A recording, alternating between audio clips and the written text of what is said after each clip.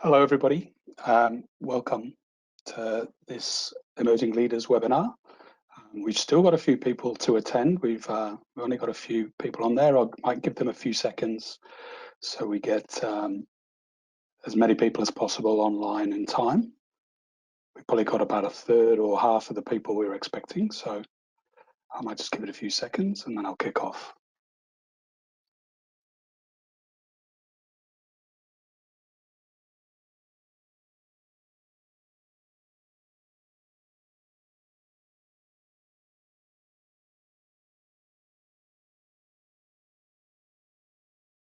Look, hopefully we'll get a few more people join as we go along. It's probably enjoying their lunches at the moment. Look, my name's David Chambers. I'm the Head of Member Services at the Australian Investment Council. And firstly, I'd like to acknowledge the traditional custodians of the land on which this meeting is held over many lands and pay respect to their elders, both past, present and emerging. And I hope everybody is safe and well out there, particularly our friends down in Victoria. Thank you for taking the time out of your busy day to attend this event. And as we continue to be challenged by the COVID-19 pandemic, we are once again running a webinar to engage with our Emerging Leaders group. As before, all attendees will be placed on mute for this webinar. However, we want it to be as interactive as possible. So if you have any questions for our panelists during the session, please use the question function that you should be able to see on the top right-hand side of your screen on the GoTo platform. Please type in those questions and the presenters, time permitting, will get to those by the end of the session. We'll also be sending a survey at the end of the session, so please take the time out to respond to those questions. The feedback's really important to us so that we can improve our offering moving forwards so we can serve our members better.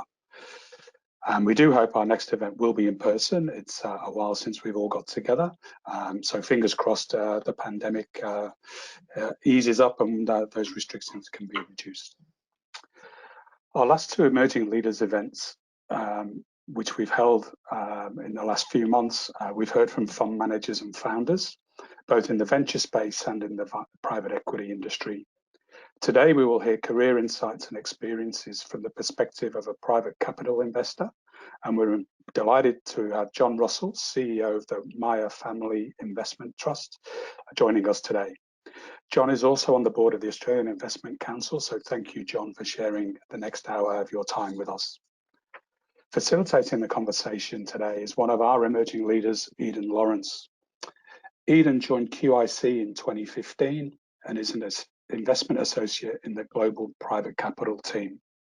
She has run the Queensland Government's $80 million business development fund for the past 4 years, and she works closely with the QIC team on the broader $6.5 billion private equity portfolio. Eden is passionate about working closely with entrepreneurs, ESG, and driving greater diversity and inclusion in the private equity industry. Something interesting that I found out about Eden today is that as a DARE at university, she applied for an international exchange program and went to Colombia at the age of 19. Eden's Colombian exchange family has since become her second family, and she spent New Year's with them earlier this year. However, her Colombian dad was disappointed in the quality of her Spanish speaking, so Eden has vowed to continue her Spanish lessons and be fluent by the next time she visits Colombia. Over to you, Eden, to start off proceedings, or should I say RT, Eden? Thank you. Thank you. Hope you can all hear me okay. And if you can't, just let me know in the chat box.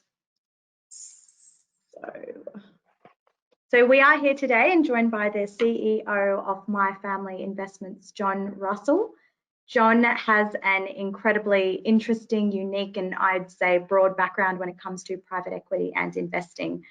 After graduating Monash with a double degree of commerce and civil engineering, and then later doing his MBA at Harvard Business School, John has had GP experience through his time at Catalyst when he was a partner at Ironbridge, and then went on to get extensive operating executive experience in both public and private companies, first as Deputy CEO of Fleet Partners and then CFO in a listed company.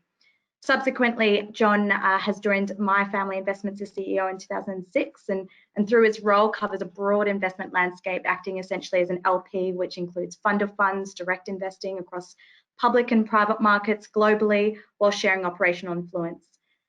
Going to take a break from all that.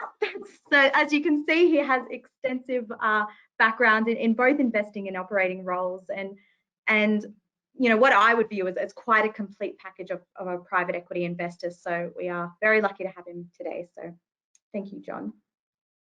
So just to set the scene of just to set the scene of today, and of course what's in everyone's mind, COVID-19. You know, where we are really in a surreal time in history. A few themes that we'd like to touch on today that also conveniently align to John's background and experiences is around getting through adversity and challenges that you may be faced with during your career. Especially, you know, how do we see resilience and how do we deal with that stress and pressure and risk taking during a crisis? So with that, I'll kick off with question one. And so before connecting with John and just reading his bio, I thought naturally, very impressive, what you'd expect from a CEO of My Family Investments. But it's then when we connected and I dug a little deeper and learned more about John's background that I had a completely different impression of how he got to where he did today. And I'd love to touch on some of those milestones. And I'll start with the question to you, John.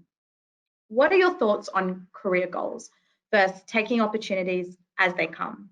A risk for people could involve, you know, relocating their whole life to move overseas and get offshore experience, especially now, or transitioning from investing into an operating role, which I believe are both areas you've had experience in. What advice would you give young professionals here today when it comes to risk taking in their careers? Great. Well, thank you, Eden. It's really nice to be here. Thank you for your very generous introduction and also to the AIC for hosting today. And it's very, very nice to be thinking about something different rather than, you know, what's happening in global markets and what does COVID all mean in that context. So it's really nice to be part of this discussion. I think the first thing to remember is, you know, you use the word risk and you use the word opportunity in framing the question. I think it's critically important to always remember that those things go together. Sometimes a situation is only risk and is to be avoided. It's a very rare thing where something is only opportunity, and you have to think about them together. And if you put that into a career context, then if you're not taking any risk, then are you really making the most of the opportunities that might be there, either that you are visible or that maybe the ones that you have to search a little bit harder for? I think, you know, a lot of younger people tend to look at senior CVs and think that they were a lot more planned than they actually are.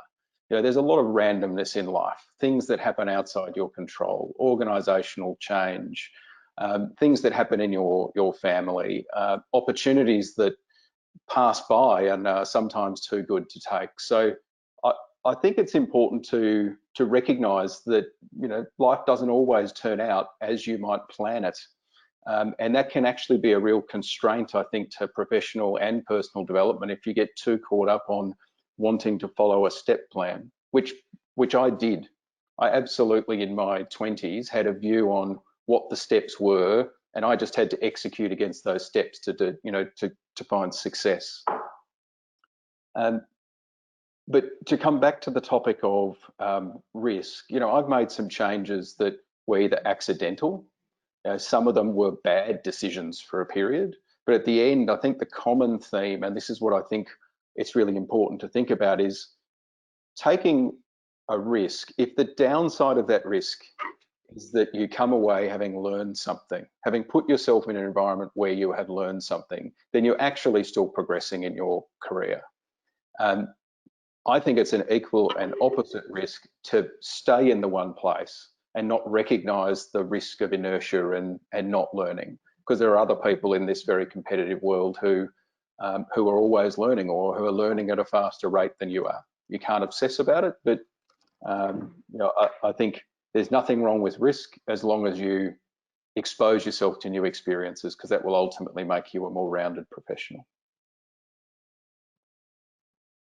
Thanks, John. And I love that idea of thinking of risks being more of an, seeing them as opportunities. And speaking of that, when I think about your background, something that I guess period in your career that springs to mind that could have been seen as a risk, but ultimately probably what was an opportunity for you to grow was around your CFO role and your experience there, which ultimately was an unexpected and very challenging period.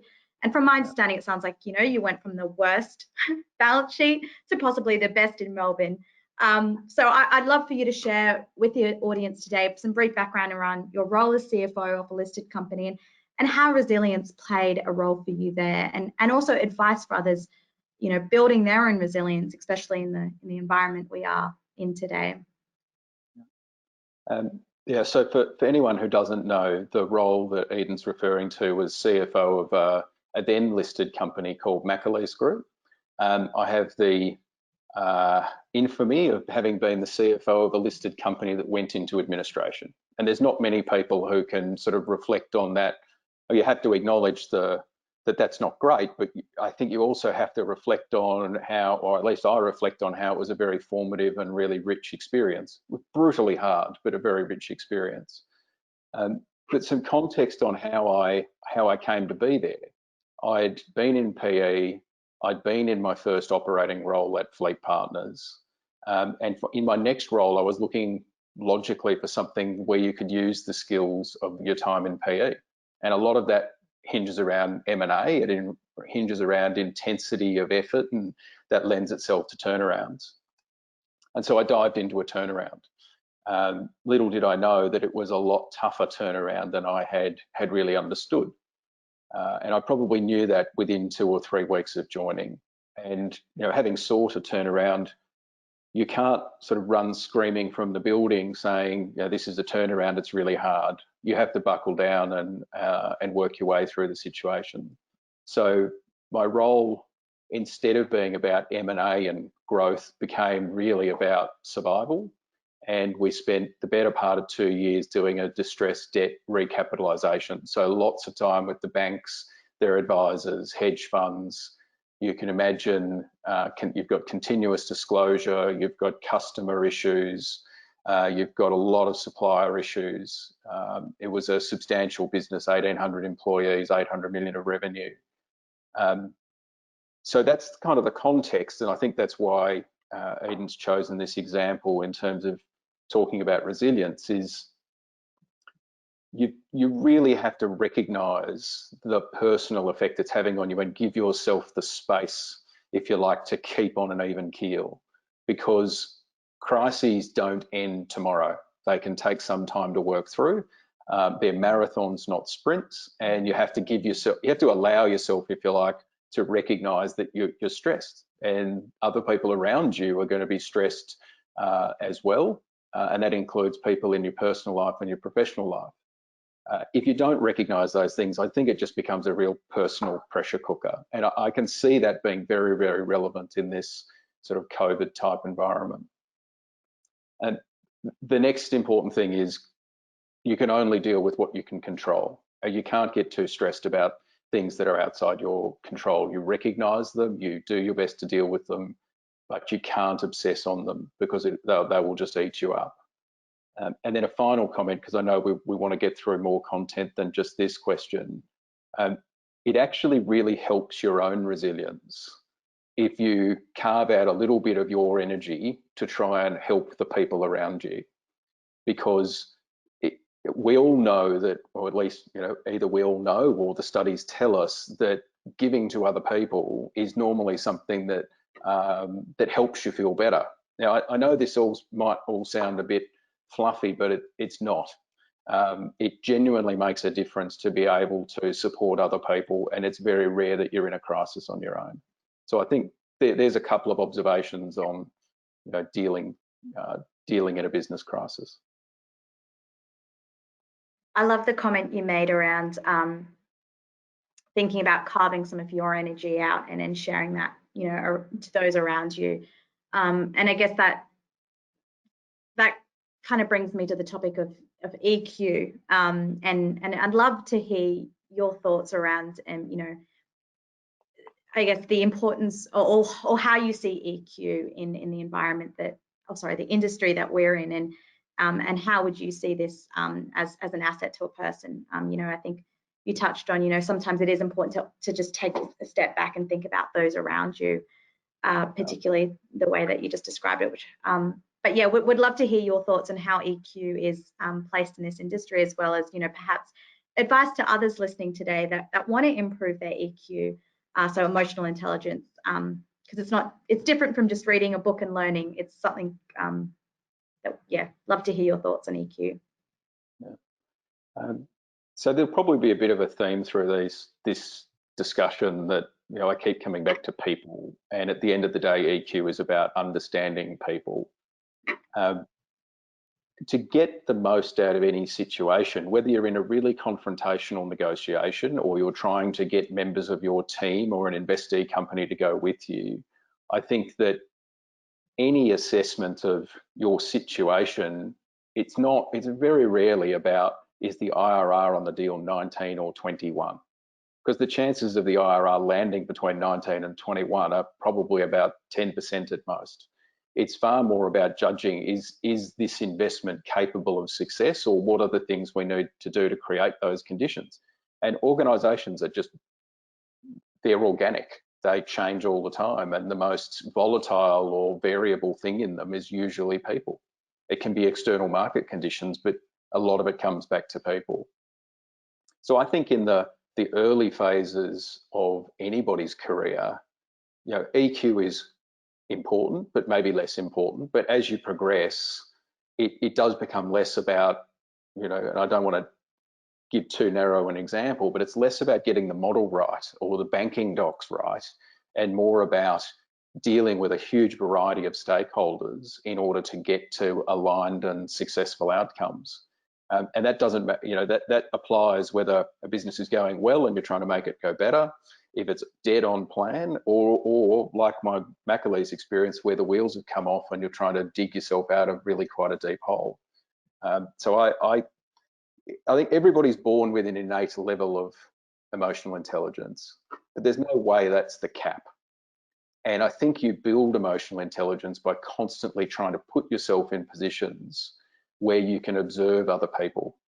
So one bit of advice, for what it's worth, would be, if I had my time over, I would never turn down the opportunity to go out with a senior person and attend a meeting, more so just to observe the interactions between people even, rather than the content of, are we prepared to pay 7 times or 8 times? Because I think that's learning by osmosis and just incredibly powerful. That's a really good piece of advice, John. And I think it's just about, at the end of the day, having a mindset to take a conscious note of being aware of people and behavioural ways that people act, as opposed to just numbers and what's on a spreadsheet. Another question I had, and something you'd probably agree with, is that hard times can really bring out the best of ourselves, or the worst. And in a time of crises where a majority of your day can be filled with stress and uncertainty, how do you ensure that yourself, but also from a leadership perspective, that your employees stay true to your core values and culture, both personally but as a firm? Yeah, I think times of crises, whether they're short-lived and really focused on one business, or they're broader like COVID, not that I hope we have too many like COVID events, but they really do bring out the very best and the very worst in people.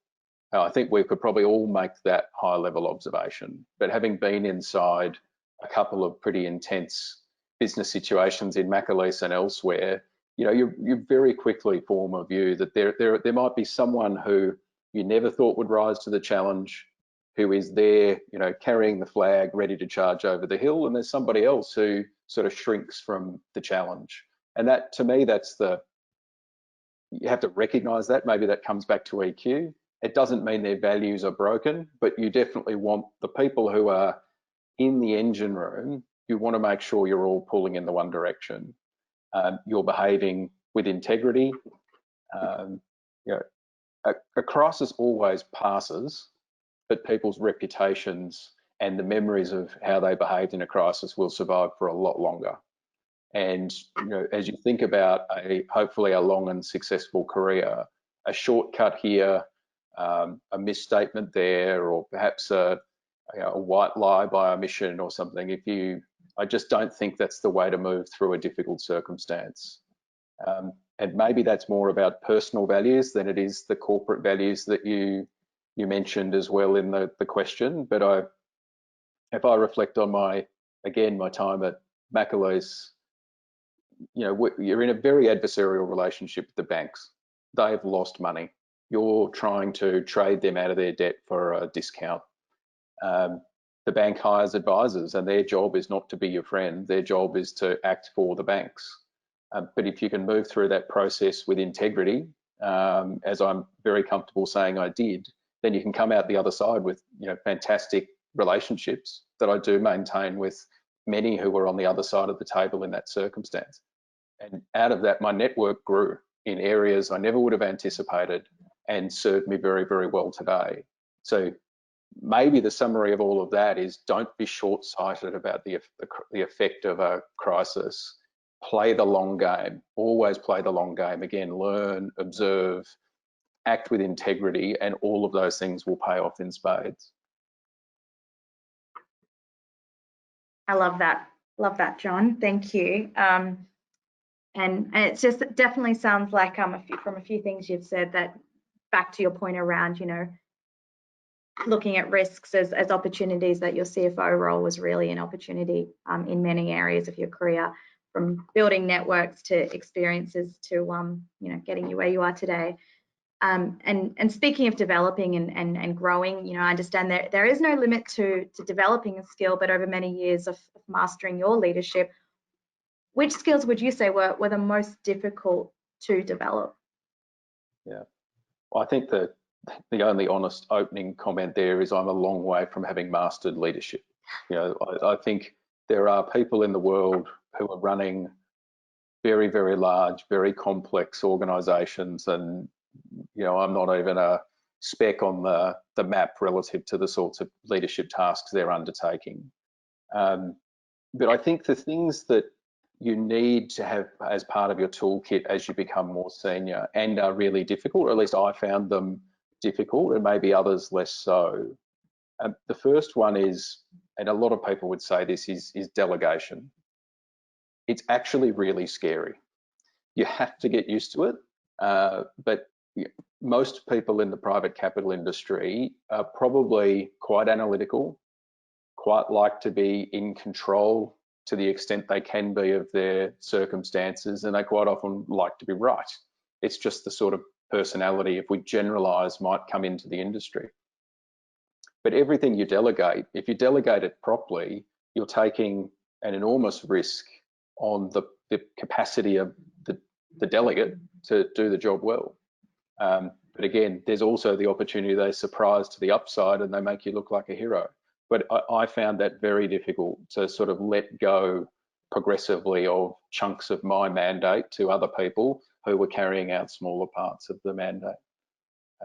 The other big thing kind of comes back to 80-20, is making more and more decisions on incomplete information. And 80-20 might overstate it in some circumstances, particularly in a really difficult time. Sometimes you've got a bit of data, a gut feel, and you have to go, because a decision is better than, a 55% right decision is better than no decision. And then final point would probably be the difference between being right and being effective. They're often quite different things. And again, if I think about my probably 30-year-old self, I wanted to be right. And I think, again, that's probably not an uncommon characteristic in this industry, but not everyone sees the world the way you do. Not everyone is trying to achieve the same things as you. In fact, people are often, the reason you're in a lot of discussions is you're misaligned. So sometimes you've got to let go of right, give up on some things in the negotiation, and in order to be effective, because you can be 50 years old, you've always been right, but you won't have achieved much. Yeah. Okay. That's one of my key takeaways from what you've just said was, the idea of, making 58% of a decision is better than no decision at all, and it's just about that mindset. And it sounds like, as well, to your point around delegation, it really comes down to the people element and the trust that you have in your colleagues, which sometimes may have to build over time. But yeah, it comes down to people and your team. And speaking of your team, as a leader, how do you keep your team motivated during COVID-19, a period of stress and pressure and anxiety for some? How do you deal with that, at a time like this as CEO of My Family? It's pretty hard. So we're all based in Melbourne, which is obviously not the funnest place to be at the moment. We're in reality very fortunate. So across the team, we can all work from home, we can all do our jobs, and that's not too difficult. We all feel the remoteness and the lack of sort of human interaction, but compared to lots of people in Australia, or the world, Australia and Melbourne at the moment, that's a pretty good place to be. We're not aged care workers, we're not on the front line in hospitals, and I think we have to remember that. And in fact, that's one way to stay on an even keel, is just to reflect on, as much as life is difficult at the moment, you could be in a lot worse place. I don't think there's any substitute just for working harder on connectivity, on checking in with people, in trying to make sure you understand through your reporting structures how are people going, and trying to mix it up a bit, because it's actually, today is 5 months since we moved out of the office, and I thought we'd be out for 4 weeks, maybe 5. So the monotony has definitely got the best of most of us. But I would say that I don't think anyone should be sitting back waiting for their CEO or their manager to sort of solve this problem, because I don't ultimately think it's solvable by one person or a small number of people. They can set the tone, but they can't solve it all. And I think we all actually have a role to play to reach out to colleagues, whether it's across an organisation or, even if you're the most junior person in the whole place, there has to be someone who you can reach out to, create another connection, see if there's anything that they need. And this sounds really, at risk of sounding really, really glib, we're all in this together, is true. Everyone's perfectly entitled to look to their leadership for exactly that, but there'll never be an answer just in what one person has to say. So I'd encourage anyone who's on the call to think about what role they can play in maintaining, their team or all of their connection sort of motivation through this phase.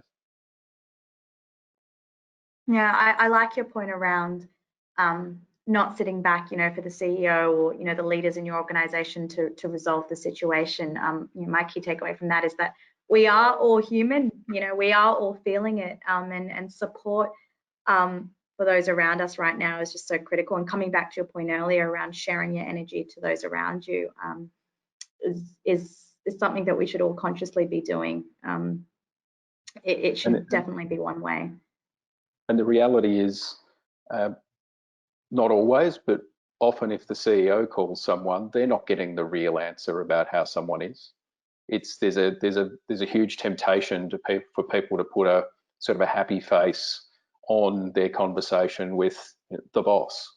And that's why I think it's really important that there's communication and support within an organisation, because I think there's a 50% chance that I would hear enough to really know what action to take. It's just too easy for managers and leaders to get a slightly glossy version.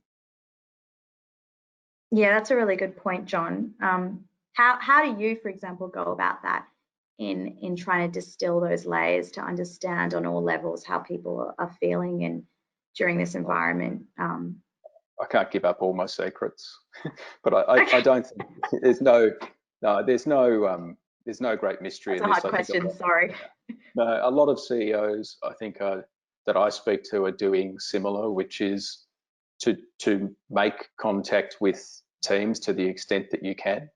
I know one guy well who made 162 individual phone calls to touch base with every single member of his team in Victoria.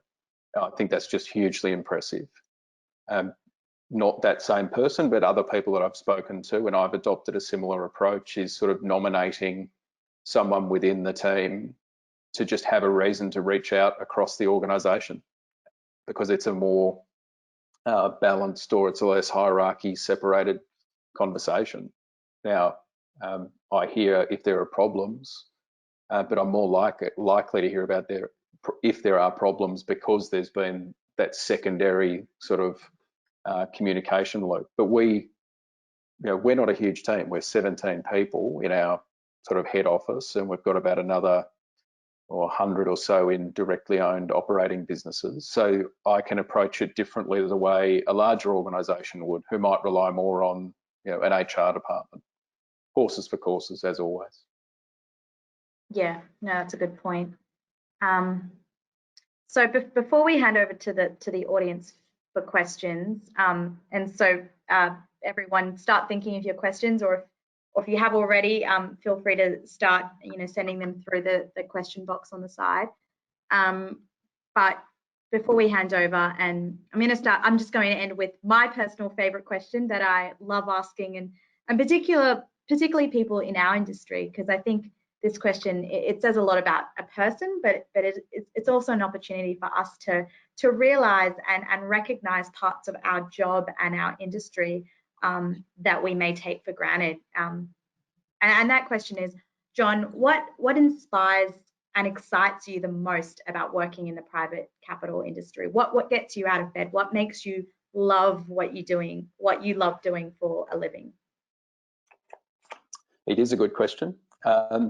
Look, I really enjoy the complexity and the variety, and that's in terms of the business problems that you get to think about, or business problems and opportunity, and a lot of the interaction with people that I've talked about. So something we haven't really touched on in this is Myer Family Investments is both a private capital investor but also a public capital investor. And we do both of those things, sometimes through funds, sometimes directly. Now, I'd never done liquid market or public market investing before, and I like private investing a whole lot more. It's not to say I'm not learning, it's not to say I don't enjoy the public market side, but the missing piece in public markets is real access to people and the complexities and the choices and judgments.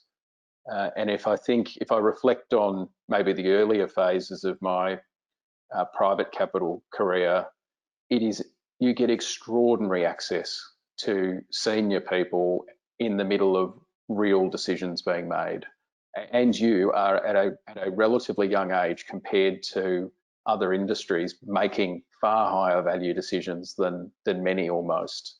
And that is, it should never be underestimated, again, how powerful that is in terms of learning and excitement and, having a real impact in your business career. So they're the things that I think are, real standouts for this industry. I love that. And again, something I've learned that I never thought about in terms of what we have exposure to in our careers and this industry. As you know, I sent you like a list of 20 questions before the session, so I have plenty of questions to ask. So we're not short on questions, but I will stop hogging, and I'm going to hand over to the audience now. So we've only got one question so far, so guys, please send as many as you want. And I'm going to kick off with the first one from Emma, and she says, "Great session. Do you plan your mentoring of others, and what's formal versus informal?" Great, love it. So I think formal and informal mentoring work for different reasons at different times in your career. So the formal networking programs that are often part of a professional services firm or within a company are incredibly valuable. So think about the day you walked in the door as a graduate and you're probably handed a second or a third year graduate. None of my comments to come sort of undermine the value of that in both directions, because I think all mentor-mentee relationships the good ones add value both ways. But if I think about mentors throughout my career, and I probably didn't do enough of it early, but I've actively sought them out, you know, probably from around the time I was 30 or so, and always tried to identify people who are maybe 10 years ahead of me. I think if someone's 5 years ahead of you, it's a slightly different relationship. If someone's 20 years ahead of you, that's a full generation, and there's arguably too big a gap. The best relationships, again, they're not formal. You don't turn up to someone and say, "Would you be my mentor?" In my experience, the good ones happen far more organically, and they're built on mutual respect, and they're built on just genuinely enjoying engaging in the conversation. But in order to find those, you have to actually scan your environment constantly to try and identify who might be a good mentor for you and who might enjoy participating. And places that I've looked before have been often if someone leaves an organisation, that can create an opportunity. It could be someone, you know, senior in your organisation that you haven't had a lot to do with, and it's a really odd. It would be an odd thing to seek mentorship while you are both working in the same place. But when they leave, what a great opportunity. Or if you leave and you leave in the right way, then hopefully you've left open that opportunity as well. Other good sources of, again, call it informal mentoring, are people who have worked on, you've come across in your network through a particular deal. Maybe it's an advisor, maybe it's a senior executive. So I think, how do I summarize that? Over time, I think mentorship becomes less formal and incredibly valuable.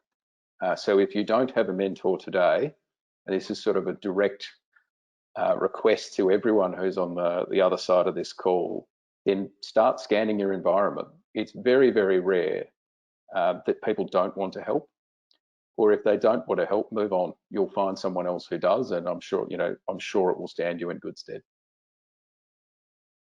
I thought that was a great question, and to your, an early conversation that we had, John, you mentioned that your mentor is your kind of key mentor to this date is one of the colleagues from when you worked at Catalyst. So it's incredible that you've kind of had that mentor from right early days in your career, and it just shows that it's never too early to have that mentor, and it's incredible that you kind of kept that relationship. So now we've got a few questions flowing in, which is awesome, guys. Keep them coming. So the next one, I love this question, and I would love to know what the answer to this is as well. John, how do you manage your leadership to a group of individuals who all respond to different types of leadership approaches, especially in a collective group / team project? Yeah. So I think this comes back to EQ and thinking. You have to really think about the fact that everybody's different and everyone marches to the beat of a slightly different drum and has different things going on in their lives. So my response to this question, you need to understand a little bit about MFI, but nobody's doing the same job. So I don't have a team of, like you might in an investment bank or a large private equity firm, there's not 4 analysts or 4 associate directors all doing the same thing. Everybody's got a slightly different role, and that actually creates the space, if you like, to think about people's different motivations and how do you get the most out of someone and how are they likely to approach the negotiation with you. Because often, think about your own world, when you go to your boss to ask for something or express a view, it's a negotiation. It's a subtle one and it plays out over time, but that's what it is. But I think in all circumstances, it's the same set of rules or guidelines that apply, that if you haven't given thought to who is this person, what makes them tick, what are their circumstances or what might their drivers be at the moment, you've got no hope, in my view, of coming to a good answer. Because each time you identify something that they're looking for that's actually easy to give them, I should say, then the negotiating gap or the motivation gap put another way, just got a bit smaller. It's just cookie cutter approaches don't work, and that again, I'm repeating myself here, but that's why EQ is so important. Thank you. And this is, I'm going to keep saying, this is a great question. It's a great question because they all are, but this really is another great question. John, what level of importance would you place on having a diverse team in your organisation, and do you think it improves performance or negatively impacts performance? And that question's from Jackie. It's very easy to say it doesn't negatively affect performance. I think it does improve performance. It's in a team as small as ours, it's difficult to draw sort of empirical links, right? So I'm making judgments about less about diversity of gender or ethnicity. The critical thing in investing, I think, is diversity of input or thought, all of those things that go into the melting pot. It's obvious that to have that diversity of thought, you probably need to have a diversity of backgrounds. It's something that we wrestle with. We have quite good diversity across our team in general, but we don't have enough diversity in our investment team. And I could give you all sorts of reasons why that might be the case, but the reality is it's something that we need to keep working on. And we're trying to think about how do we help bring greater diversity to an industry that's really struggled with it for a long time. And I'd say I know that the stats in private capital are not great. I don't think they're any better in listed capital investing either. It's still a very much a male-dominated, and in Australia, a Caucasian male-dominated industry. And hopefully that will change, and we'd like to be, making a contribution to that. Do you have that mindset not only when it comes to hiring but investing as well? You mentioned you invest, you make direct investments as well as fund investments. Is that part of your review process? I guess that fits into the ESG assessment. So look, it's not today. No, I was involved in an AIC discussion recently about some of the data and some of the things that are happening in the industry in that regard. But the honest answer is no, it hasn't been a big driver for us in terms of fund selection. And normally when we're making direct investments, it's alongside GPs. And I just have to put my hand up and say we're far more interested in the capability at the table rather than the gender mix at the table in the investee company. It's industry, it's growth prospects, etc. But we recognise the issue, and I think it's not an easy one to change quickly, but it's something that we think about a lot. We think about it a lot at the board level, and I'm hoping that over the next 6 or 12 months we'll be making positive steps, particularly in the investment team. And to your point, when looking at investments or hiring, it's not just about diversity of gender, but it's around below the line diversity, which I think is really important to consider. And a question from Philip. What is the #1 thing within the private markets that is currently keeping you up at night, John?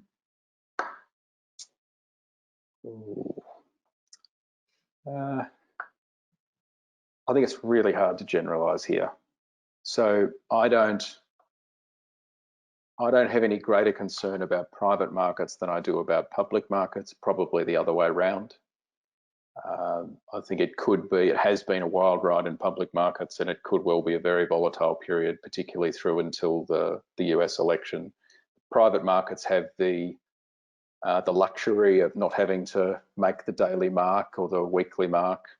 Even when there's a quarterly report, it doesn't actually mean anything. All that matters at the end of the day is the exit. And again, this comes back to what part of the private market, perhaps. I think it will be harder to raise funds for GPs to raise. As much as the superannuation industry here and like investors globally talk about even increasing their allocation, I think there's been a fair old scare in some quarters on the costs of the illiquidity. And so I think it might be quite difficult to raise, marginally more difficult to raise capital. But there's always a cycle in PE. You know, when I came out of PE, it wasn't a coincidence that it was a really, really tough time to raise capital.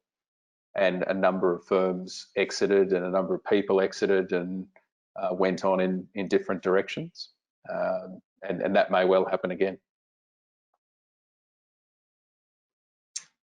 Thanks, John. I think, yeah, that's a good summary, and it was a hard question to answer, just given so much uncertainty happening in the world right now. A question from Mickey.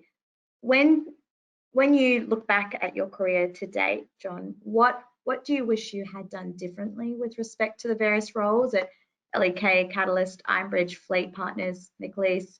Do you feel like you stayed too long or left too early in any of the roles? And how do you think about progression? Yeah. I'm not a big believer in regret. I think, you know, you can sort of churn on, I should have done this, I should have done that.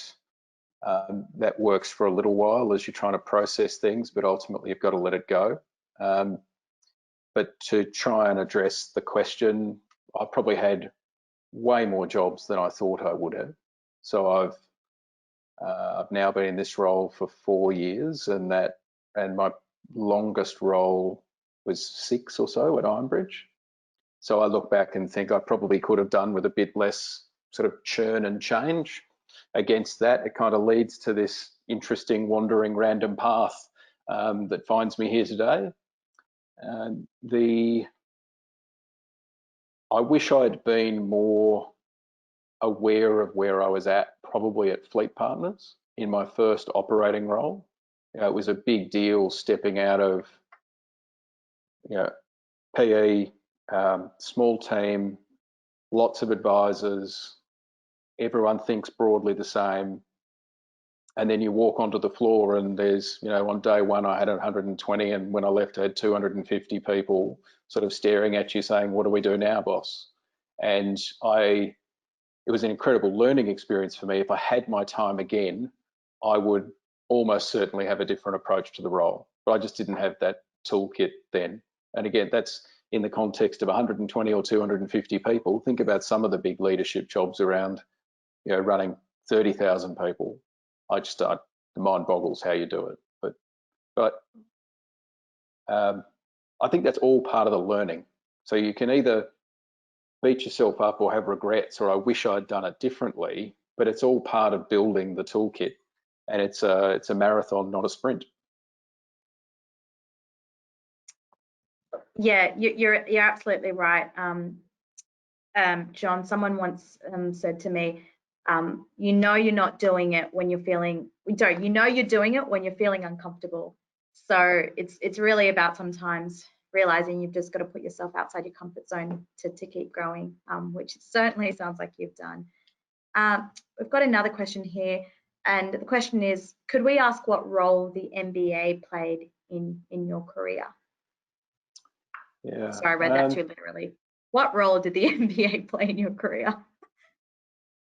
I look back now and it's almost hard to know. I think I mentioned at the outset I had sort of a career plan, and I thought I would follow that career plan, and my job, if you like, my job reporting to myself was to execute on the plan. So I was in management consulting, and it's a really logical thing to do, or a very traditional thing to do, at least, to go to business school. I probably had a greater than usual awareness of business school kind of outside the consulting world, because my dad did an MBA in the US in the 70s.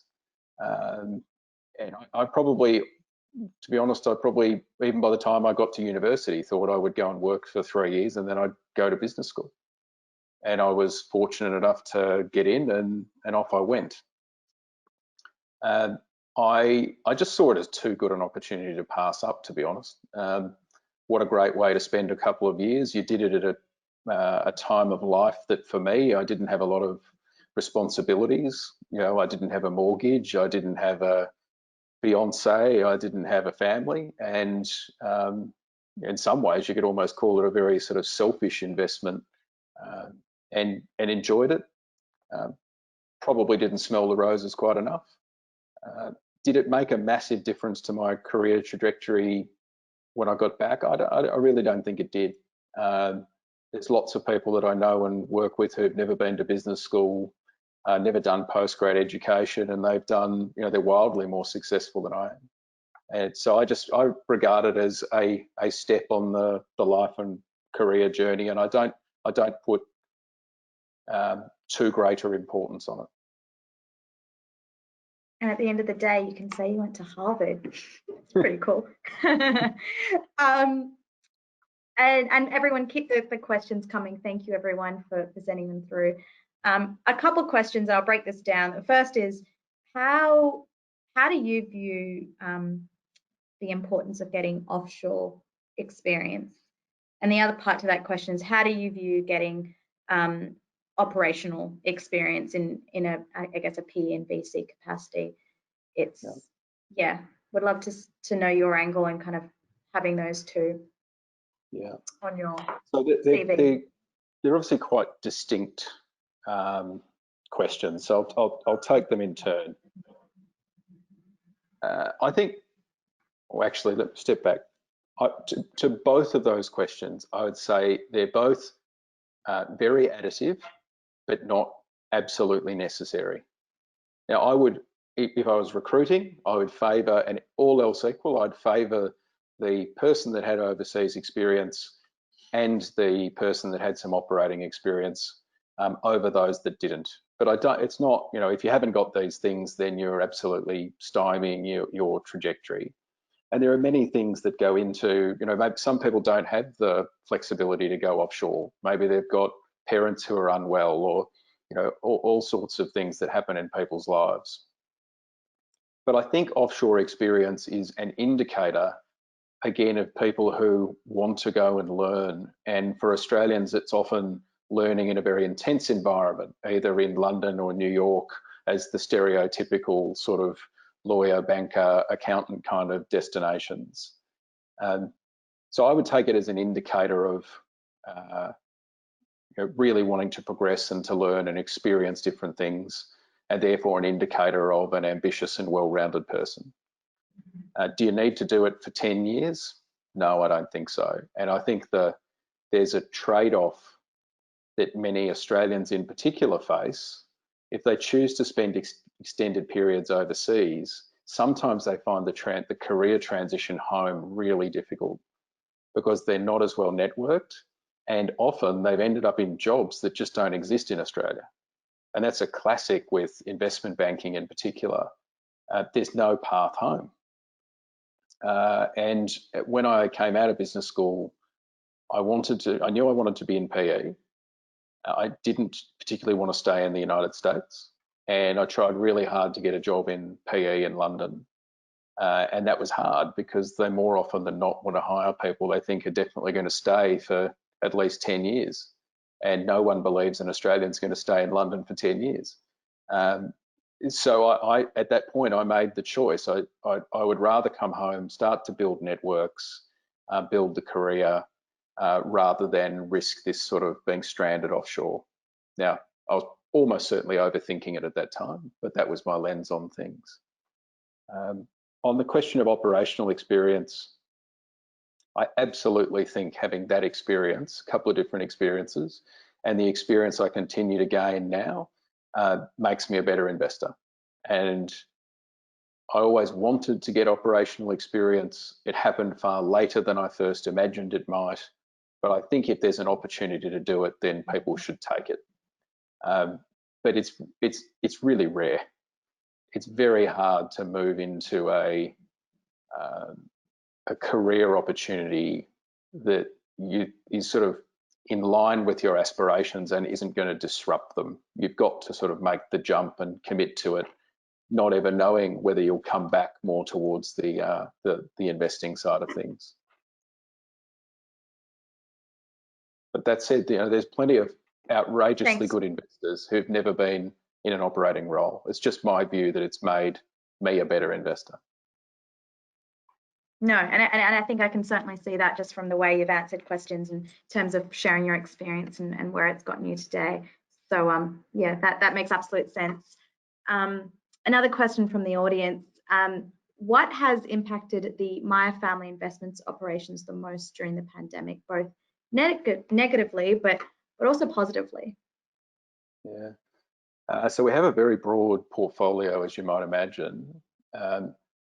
We directly own two businesses, one of which is a sand quarrying business in Melbourne, and that's been hard from an operational perspective and a work health and safety perspective. You know, there's no work from home in digging up 1 million tonnes a year and selling it into the concrete industry. So a lot of focus on work health and safety, and this latest lockdown is beginning to have an effect on demand. And you know, so they're the sorts of very real life in a real business. How do we make decisions, do the right thing by people? That would be one of the standouts.